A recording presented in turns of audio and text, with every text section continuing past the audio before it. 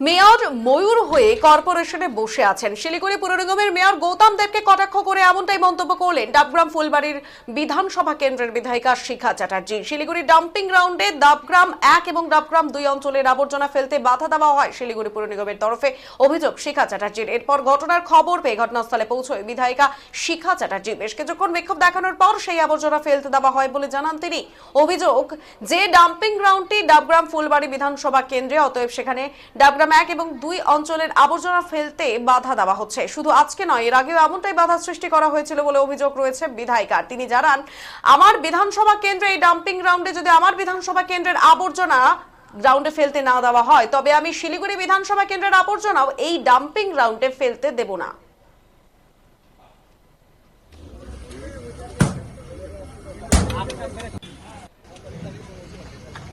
আবর্জনা ফেলতে দেওয়া হচ্ছে না কেন?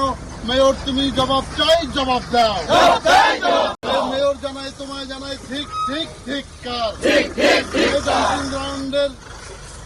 ডাম্পিং গ্রাউন্ডে আমাদের আবর্জনা ফেলতে দেওয়া হচ্ছে না কেন? মেয়র, তুমি জবাব চাই, জবাব দাও। আর দিদি, এখানে কেন আসা হলো আর কি নিয়ে বিরোধ করে? এখানে নোংরা ফেলার জন্য ডাবগ্রাম 2 অঞ্চলে প্রচন্ড নোংরা, এত বাড়ির ফিটনেস যেখানে নোংরা ফেলার কোনো উপায় নেই। এবং সরকার থেকেও সম্মত হয়েছে, দীর্ঘদিন থেকে সলিড ওয়েস্ট ম্যানেজমেন্টের ব্যবস্থা করানো হচ্ছে। বিডিও সেই জন্য কিন্তু অফিস থেকে গাড়িও প্রধানকে দিয়েছেন যে এই গাড়ির মাধ্যমে তোমরা অঞ্চলের নোংরা তোমরা ফেলবে। তো সেখানে প্রধান এর আগের দিন ফেলতে এসেছিলেন, সেখানে তাকে পাঠিয়ে দেওয়া হয়েছিল। পরবর্তীতে দেখুন এমন অবস্থা, ওখানে ফেলার কোনো জায়গা নেই, এত মানুষের ঘনত্ব। তারপরে আজকে নোংরা নিয়ে আসা হয়েছে, আজকে বন্ধ করে দিচ্ছে। কে বাধা দিচ্ছে এখানে বলে কর্পোরেশন থেকে বাধা দিচ্ছে। আমি মনে করি কর্পোরেশন থেকে বাধা দেবার কি আছে? বিধানসভা 1 নম্বর হচ্ছে আমার, 2 নম্বর এই জায়গায় প্রধান থেকে আরম্ভ করে সবকিছু মানে ইয়েতে রয়েছে। প্রধানরা এসে, পঞ্চায়েতরা এসে এখানে ফেলছে। ডাবগ্রাম 1 ডাবগ্রাম 2 এর ময়লা এখানে পড়বে, অসুবিধাটা কোথায়? আর যদি এটা কাউকে ফেলতে না দেওয়া হয়, সরিয়ে নিয়ে যাক না। এখানে আশেপাশে যে সমস্ত মানুষরা বসবাস করে তারা কিন্তু এর গন্ধে খুব অতিষ্ঠ হয়ে থাকে, খুব কষ্টে থাকে। আমরা কিন্তু বলেছিলাম এটাকে সরিয়ে নিয়ে যাওয়ার জন্য। তারপরে আমরা বলেছিলাম এখানে আপনারা আগুন লাগান, যে দিনের পর দিন ধোয়া হয়, এখানকার মানুষ কিন্তু টিকতে পারে না, সাফোকেশন হয়, মানুষ কষ্ট পাচ্ছে, অসুস্থ হয়ে যাচ্ছে। কিন্তু এখানে ধোয়া, সেই ধোয়া চলছে। অথচ মেয়র নামেই ময়ূর হয়ে কর্পোরেশনে বসে আছে। ওই রকম মেয়র এনার মানে পদত্যাগ করা উচিত। করেন না, ওনার পোস্ট ধরে থাকা হচ্ছে ওনার কথা। দেখুন, আপনারা জানেন মানে শহরে জল দিতে পারছেন না, উনি সব দিক থেকে বেহাল। উনি একবারে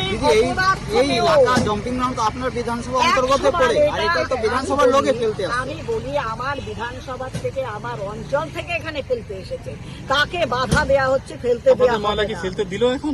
অবশ্যই ফেলতে দেবে না, মানে কর্পোরেশনের সমস্ত গাড়ি বন্ধ করে দেবো। এখানে অন্য বিধানসভার নোংরা আমরা ফেলতে দেবো না। আপনাদের আন্দোলন অবৈধ এবং মানে অসাংবিধানিক। শুনুন, সংবিধান বলতে আমি মনে করি যে সংবিধান তাহলে মেয়র জানেনি না সংবিধান কাকে বলে। এটা হচ্ছে 14টা অ্যাডেডের, এটা একটা ওয়ার্ড। এখানে ডাম্পিং গ্রাউন্ড রয়েছে। বিধানসভা আমার বিধানসভা, শিলিগুড়ি বিধানসভা থেকে এসে এখানে ফেলে কেন? আমরা ফেলতে দেব না। আগামী দিন যদি সংবিধানের কথাই বলে, আমরা বিধানসভার একদম পরিষ্কার, বিধানসভায় ওয়াইজ এখানে নোংরা পড়বে, অন্য বিধানসভার নোংরা আমরা এখানে আসতে দেবো। পরিষ্কার কথা বলে মানে আপনি বলতে চাচ্ছেন, যদি আপনার পঞ্চায়েত এলাকার কচরা না ফেলতে হয়, তাহলে আপনি অন্য বিধানসভায় ফেলতে দেবেন। মেয়রকে অবৈধ মেয়র এখানে ঢুকতে দেবো না। মেয়রকে আমরা আজকে অবশেষে ফেলতে দিল। অবশ্যই ফেলতে দেবে না, মানে বিধানসভা আমার আন্ডারে এই এলাকা।